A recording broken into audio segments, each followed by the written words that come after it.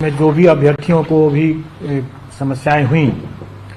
उन सबको ध्यान में रखते हुए हम लोगों ने कुछ सुधार और कुछ परिवर्तन किए हैं। इसमें पहला सुधार तो ये हुआ कि जो परीक्षा 2 दिन हो रही थी पहले, उस परीक्षा को हम लोगों ने एक ही दिन कर दिया ताकि लोगों को अनावश्यक एक दिन नाइट हॉल्ट यहाँ न करना पड़े। काफ़ी लोगों को पिछले बार कठिनाई हुई थी इसके कारण से, तो एक ही दिन की परीक्षा हम लोगों ने बना दिया है। इसीलिए हम लोगों ने वो जो क्वालिफाइंग वाला जो क्वेश्चन है वो घटा करके उसको हम लोगों को 30 कर दिया है और 30 इसी में जोड़ दिया है। मतलब अब टोटल क्वेश्चंस हो जाएंगे 150, जिसमें से 30 रहेंगे क्वालिफाइंग नेचर के और भाग 1 होगा, भाग 2 होगा वही फिर से 40 और 80 का जैसे पिछले बार था। और इस परिवर्तन से एक और हम लोगों ने परिवर्तन किया है कि 2.5 घंटे की तो खैर परीक्षा होगी, लेकिन जो टाई ब्रेकर जो इस बार हम लोगों ने देखा कि टाई ब्रेकर में हमें कुल प्राप्तांक जब एक समान हो जाते हैं तो टाई ब्रेकर हम लोगों ने डेट ऑफ बर्थ हमारा था और उसके बाद अल्फाबेटिकल ऑर्डर में नाम था। तो इस बार हम लोगों ने इसमें थोड़ा सा परिवर्तन किया है और टाई ब्रेकर इस तरह से रहेगा कि चूंकि भाषा वाला तो 30 नंबर वैसे भी क्वालिफाइंग नेचर का मेधा में नहीं जुट रहा है, इसलिए टोटल फुल मार्क्स तो 120 नंबर ही होंगे जो भाग 2 और भाग 3 को जोड़ करके होगा। उसके बाद जब इसमें जब टाई हो जाएगा तो फिर हम मेन पेपर का जो प्राप्तांक होगा भाग 3 का जो होगा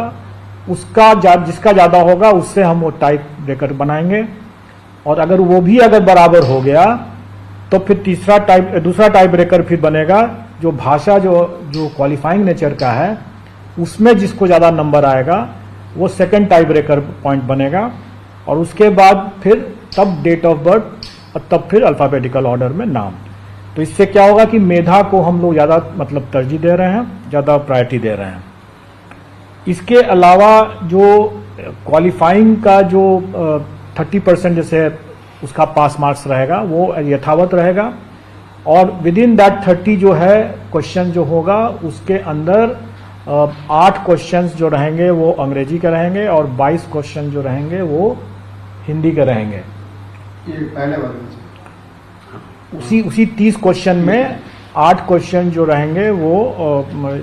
अंग्रेजी के रहेंगे और 22 क्वेश्चन जो रहेंगे वो हिंदी के रहेंगे। टोटल 30 का रहेगा, लेकिन और 9 नंबर उसमें क्वालिफाइंग रहेगा उसका। उसके अलावा जो जीएस का और जो फिर मेन पेपर का जो 40 और 80 क्वेश्चन रहेंगे 120 वो पूर्वत मतलब पिछले बार की तरह ही टोटल पर जो जीएडी का जो मापदंड है क्वालिफाइंग कट ऑफ का वो वही रहेगा। सिलेबस का जो लॉजिक है वो वही लॉजिक इस बार भी रहेगा, मतलब कि जो एनसीईआरटी का जो पाठ्यक्रम है जो बच्चों को जो पढ़ाया जाता है वही पैटर्न रहेगा वही, लेकिन स्टैंडर्ड ऑफ कोर्स उससे ज़्यादा रहेगा। स्टैंडर्ड वही रहेगा जो उनकी एलिजिबिलिटी में जो उनका रिक्वायरमेंट है, जैसे ग्रेजुएशन है तो ग्रेजुएशन लेवल चला जाएगा, अगर पोस्ट ग्रेजुएशन तो पोस्ट ग्रेजुएशन लेवल चला जाएगा। इस बार जो हम लोग नया जो एक हो रहा है वो मिडिल स्कूल का हो रहा है, तो वो एक नया एडिशन है।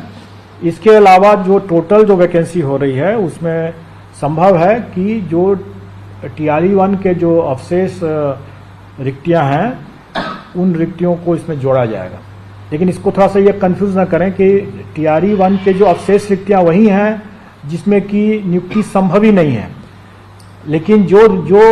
डॉक्यूमेंट वेरिफिकेशन के दौरान जो रिक्ति उत्पन्न होगी, जो ड्रॉप आउट्स होंगे या डॉक्यूमेंट वेरिफिकेशन में जो असफल होंगे उससे जो उत्पन्न होगी जो रिक्ति, उस रिक्ति को पहले हम सप्लीमेंट्री रिजल्ट से ही पूरा करेंगे और अगर नहीं कैंडिडेट मिलेगा तभी वो रिक्ति जो है वो राउंड 2 में जाएगा, मतलब TRE-2 में तभी जाएगा। तो दोनों तरह की रिक्ति है, लेकिन उसके बावजूद भी आप लोगों ने देखा ही होगा कि चूंकि STET की परीक्षा 2019 के बाद नहीं हुई थी तो कई विषय में ऐसे थे जिसमें कि कैंडिडेट्स बहुत कम थे और रिक्तियां ज़्यादा थी। इसलिए स्वाभाविक है कि उसमें हम कभी भी हम पूरी रिक्ति को तो भर नहीं सकते थे, तो वो रिक्ति तो खाली ही रहना था। तो वो रिक्ति जब खाली है तो वो रिक्ति TRE-2 में आ जाने की संभावना है और उसमें जब जैसे ही शिक्षा विभाग हमें बताएगा वैसे ही हम लोग इसको भी जोड़ देंगे। तो हमारे विज्ञापन में भी ये रहता ही है शर्त कि ये घट बढ़ सकता है, उसी हिसाब से रहेगा। इसमें पिछले बार